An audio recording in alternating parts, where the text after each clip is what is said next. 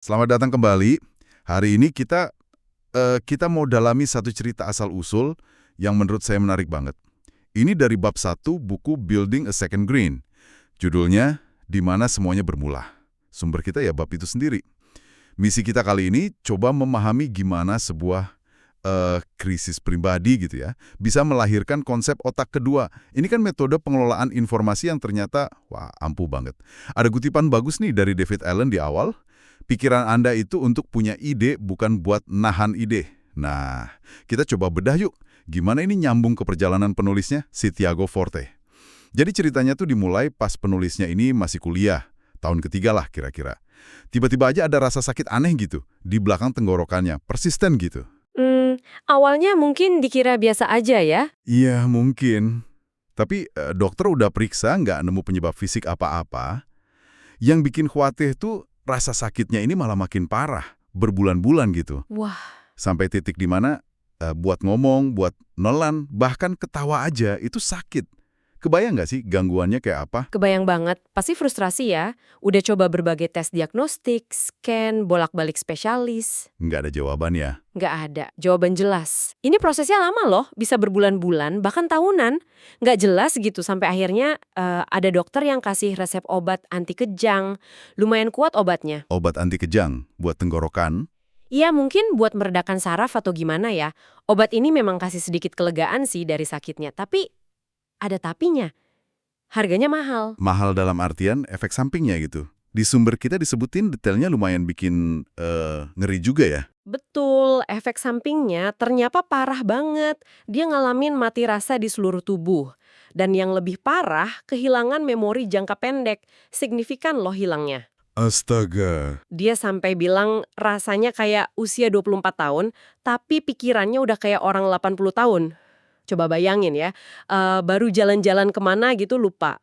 Baru baca buku, lupa isinya. Momen penting sama orang dekat hilang aja gitu dari ingetan. Serem kan? Wow, itu pasti titik terendah banget sih. Kehilangan memori di usia segitu. Iya, itu momen putus asa banget buat dia. Dia ngerasa semua kesempatan hidup, ya pertemanan, hubungan, traveling, karir impian, kayak diambil gitu aja sebelum dia sempat mulai. Dia pakai metafora yang cukup gelap ya.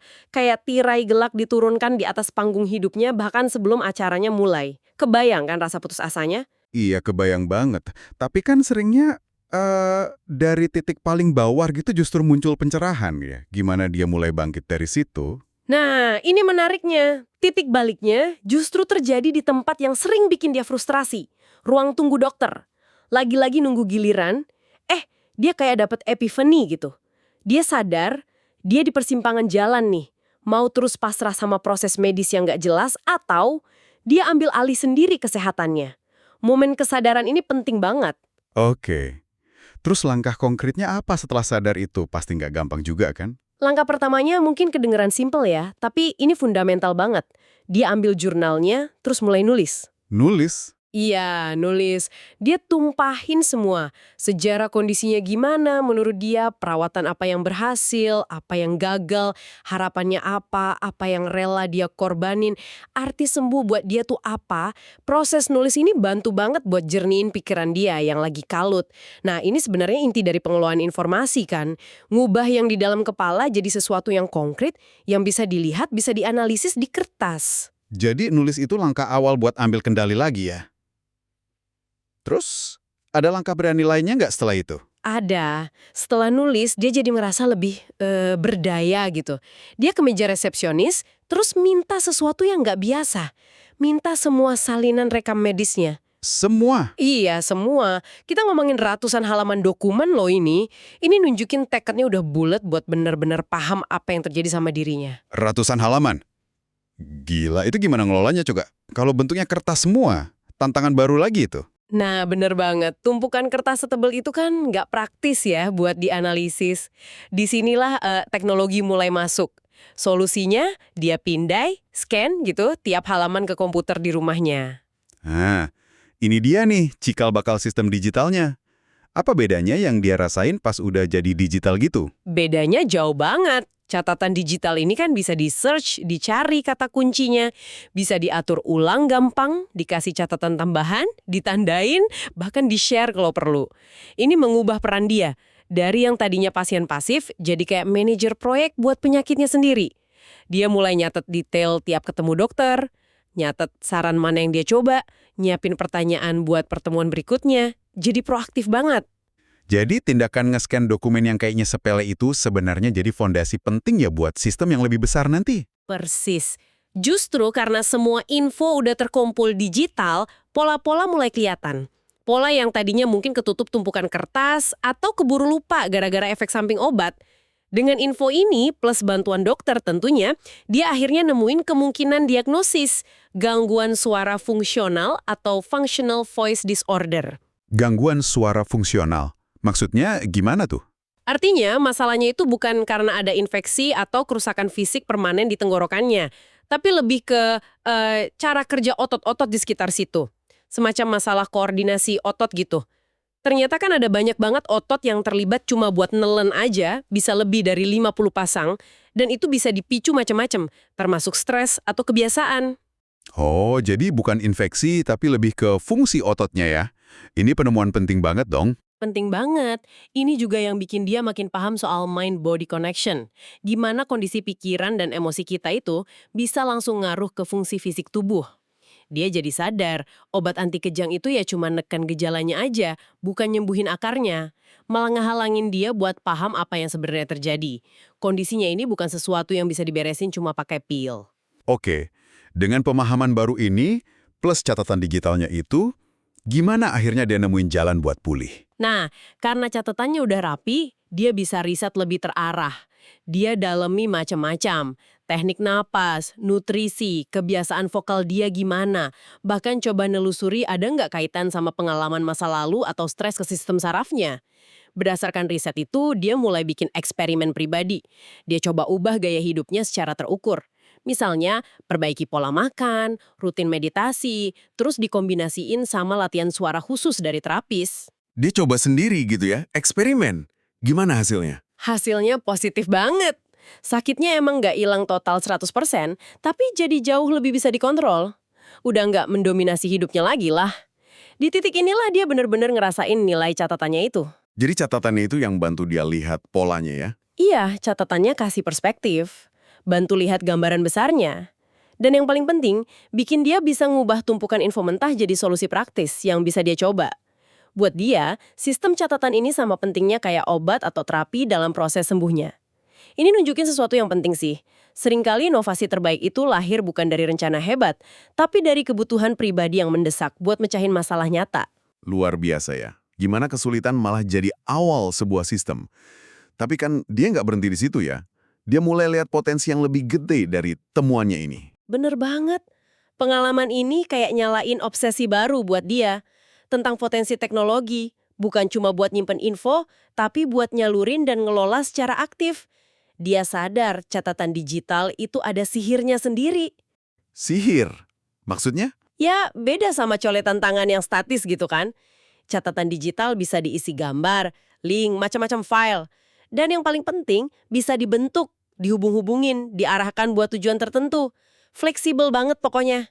Penasaran deh, gimana dia pakai sihir ini pas kuliah? Kan tadi katanya nilainya jadi bagus tuh. Nah, langsung dia terapin. Buku catatan spiral yang dulu mungkin berantakan, susah dicari, dia ubah jadi koleksi digital yang rapi, terstruktur, gampang di-search. Dia jadi lebih milih-milih pas nyatet, fokus ke poin penting aja dari dosen. Terus enaknya, dia bisa buka catatan itu kapan aja, di mana aja. Dipakai buat nulis esai, buat belajar ujian. Hasilnya, yaitu tadi, transformasinya kelihatan banget. Dari mahasiswa biasa aja, lulusnya bisa dapat IPK hampir sempurna, plus penghargaan pula. Bukti nyata kalau nyatet terorganisir itu ngaruh banget. Keren. Nah, setelah lulus, tantangan dunia nyata nunggu ya. Apalagi pas kondisi ekonomi lagi susah waktu itu. Iya, dia lulus pas banget lagi krisis finansial global 2008. Susah cari kerja di Amerika waktu itu.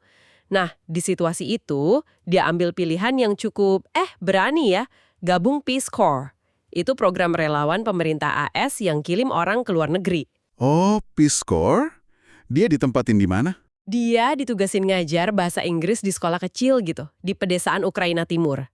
2 tahun dia di sana. Wah, beda banget lingkungannya. Sistem catatannya masih kepake di sana, dengan sumber daya yang mungkin terbatas. Justru disitulah sistem catatannya kepake banget lagi. Kan akses ke materi ajar modern atau kurikulum mungkin terbatas ya. Nah, catatannya itu jadi kayak bank sumber daya pribadi dia. Jadi kayak harta karun pribadi gitu ya? Bisa dibilang gitu. Dia simpen contoh rencana ngajar, latihan dari buku-buku, link web yang berguna, bahkan materi dari flash disk guru lain.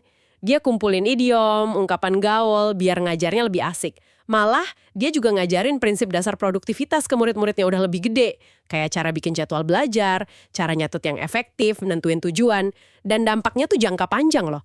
Bertahun-tahun kemudian, dia masih suka dapat ucapan makasih dari mantan muridnya. Wow, dari Ukraina.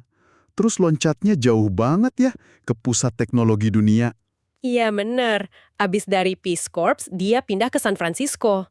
Dapat kerja jadi analis di firma konsultan kecil gitu yang kliennya perusahaan-perusahaan di Silicon Valley. Nah, ini dunia yang beda lagi. Beda banget pasti ya suasananya. Banget. Kecepatan kerjanya gila-gilaan. Arus informasinya deras banget, ratusan email sehari, puluhan pesan chat per jam. Dia sempat kewalahan nanya-nanya sendiri, gimana sih orang bisa kerja beneran di sini? Dan kayaknya kita udah bisa nebak solusinya nih. Jurus andalannya dipakai lagi. Tepat. Dia balik lagi ke prinsip andalannya. Tuliskan semuanya. Dia mulai pakai aplikasi catatan di komputernya buat nangkep info dari mana aja. Poin penting rapat, detail obrolan telepon, hasil riset online, semua dicatat. Contohnya gimana tuh pas kerja? Macam-macam. Misalnya, dia simpan kutipan atau data penting dari paper riset buat slide presentasi klien. Dia tangkep ide menarik dari artikel atau sosmed buat di-share ke tim. Dia catat feedback dari senior biar bisa diingat dan diterapin. Terus, tiap ada proyek baru, dia bikin wadah digital khusus buat semua info terkait proyek itu. Terus gimana dampaknya di lingkungan kerja yang serba cepat itu? Berhasil nggak ngeredam banjir informasinya? Ngaruh banget, banjir informasi itu jadi lebih bisa dikelola rasanya. Rasa pedenya buat nemuin info yang pas di saat yang tepat juga naik. Yang menarik, dia malah jadi semacam orang yang dituju gitu di kantor kalau ada yang perlu nyari file lama, data spesifik, atau bahkan detail obrolan sama klien minggu lalu. Jadi kayak Google-nya kantor gitu ya? Hahaha, mungkin bisa dibilang gitu. Dia sendiri ngerasa puas aja dia tuh kalau bisa inget atau nemuin detail penting yang orang lain udah lupa. Nah, dari sekedar alat bantu pribadi, kayaknya dia mulai mikir lebih jauh nih soal kumpulan catatannya ini. Betul, dia mulai mikir, kumpulan catatan digital yang dia bangun ini jangan-jangan bukan cuma arsip pribadi, tapi bisa jadi aset bisnis yang berharga. Ini nyambung ke konsep modal manusia atau human capital. Modal manusia? Maksudnya? Yaitu kan semua pengetahuan, skill, pengalaman, kearifan jaringan kita. Nah, nilai modal manusia ini katanya jauh lebih gede dari modal fisik loh. Dia jadi mikir, mungkin nggak sih catatan digital ini cara buat bikin modal manusia yang nggak kelihatan itu jadi kelihatan. Bisa dikelola bahkan nilainya bisa nambah terus. Wah, itu perspektif menarik banget. Ngubah pengetahuan yang abstrak jadi aset. Iya kan? Ini mancing pertanyaan lagi. Apa koleksi catatan ini bisa jadi semacam aset pengetahuan yang tumbuh terus? Dia mulai ngeliat sistemnya ini yang waktu itu belum dia sebut otak kedua secara resmi. Kayak mitra berpikir yang setia. Pas otaknya lupa, sistem ini ingat. Pas dia lagi buyar, sistem ini bisa ingetin tujuannya apa. Pas dia lagi buntu, sistem ini bisa nyodorin koneksi atau ide dari catatan lama yang nggak kepikiran. Keren banget ya konsep mitra berpikir ini.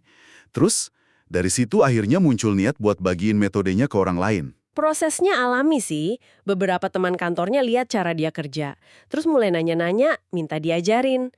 Nah, pas mulai ngajarin ini, dia ngamatin sesuatu yang penting. Apa tuh yang diamati? Kebanyakan orang itu sebenarnya udah pakai macam-macam alat buat nyatet. Buku catatan, app di HP, sticky notes. Tapi paketnya sering nggak sistematis, nggak sengaja gitu. Infonya nyebar di mana-mana, terus mereka nggak yakin bisa nemuin lagi pas butuh. Malah coba app baru kadang bikin tambah ribet, bukan solusi. Jadi masalahnya bukan di alatnya, tapi di sistemnya ya? Bisa dibilang gitu. Nah, proses dia berbagi ini berkembang. Dari ngobrol santai pas makan siang, jadi kayak klub buku internal, terus bikin loka karya kecil, Sampai akhirnya dia nekat bikin kelas berbayar buat umum. Dari situ dia sadar ya, ini sesuatu yang spesial. Lahir dari perjuangan dia ngadepin penyakit kronis, ternyata aplikasinya luas banget. Cocok banget buat mecahin masalah kompleks, buat bikin karya nyata sekarang, bukan cuma buat nyimpen arsip. Pendekatannya juga holistik, ngatur info berdasarkan proyek atau tujuan yang lagi aktif, bukan cuma per topik atau tugas aja. Dan yang penting juga, begitu infonya udah rapi, gampang banget buat dibagikan, buat bantu orang lain. Oke, jadi kalau kita rangkum dari bab 1 ini ya, kita lihat perjalanan yang transformatif banget, mulai dari sakit fisik, putus asa, terus dia ambil alih pakai catatan. Iya, dia kembangin sistem digital yang bantu dia sembuh, terus malah bikin dia unggul di kuliah dan kerjaan, sampai akhirnya nemu panggilan buat bagiin metode ini ke banyak orang. Krisis pribadi jadi pendorong inovasi. Lalu buat pendengar kita nih, Anda semua, apa pesan penting yang bisa diambil dari cerita awal mula ini? Pesan utamanya mungkin gini, membangun otak kedua itu bukan soal jadi manusia super yang ingatannya sempurna. Justru kebalikannya.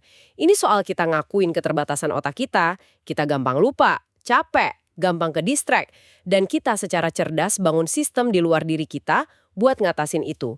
Sistem eksternal yang bisa diandelin, terstruktur, nggak kenal capek. Ini soal mulai memperlakukan ide dan info yang kita temui itu sebagai aset berharga. Sesuatu yang layak ditangkap dan dikelola dengan baik. Tujuannya, seperti yang disebut di akhir bab, ya buat membebaskan kapasitas mental kita, biar kita bisa lebih hadir di momen sekarang, lebih bisa mikir dalam, lebih bebas eksplorasi rasa ingin tahu kita, dan akhirnya lebih bebas ngejalanin apapun yang bikin kita ngerasa hidup. Jadi, ringkasnya, krisis kesehatan yang parah itu malah jadi pemicu lahirnya cara baru yang sistematis buat nangkep dan ngelola informasi ya. Sistem ini nggak cuma bantu dia sembuh, tapi juga dorong sukses di studi dan kerja. Dan sekarang bisa bantu banyak orang. Ini bukti kuatnya mengeksternalisasi pikiran kita secara cerdas. Nah, ini bawa kita ke pemikiran penutup nih buat Anda renungkan. Kalau ingat lagi kutipan David Allen tadi, pikiran Anda itu untuk punya ide, bukan menahannya. Coba deh pikir sejenak.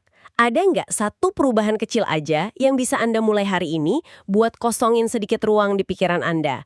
Mungkin sesimpel nyatet satu ide yang dari tadi muter-muter di kepala. Atau simpan satu artikel menarik ke tempat yang Anda percaya di luar otak. Siapa tahu ruang mental yang kosong itu bisa jadi tempat lahirnya ide baru, pikiran yang lebih jernih, atau sekedar bisa lebih nikmatin momen sekarang ini. Pertanyaan bagus tuh buat direnungkan. Terima kasih banyak sudah menyimak pembahasan mendalam kita di bab 1 Building a Second Brain hari ini.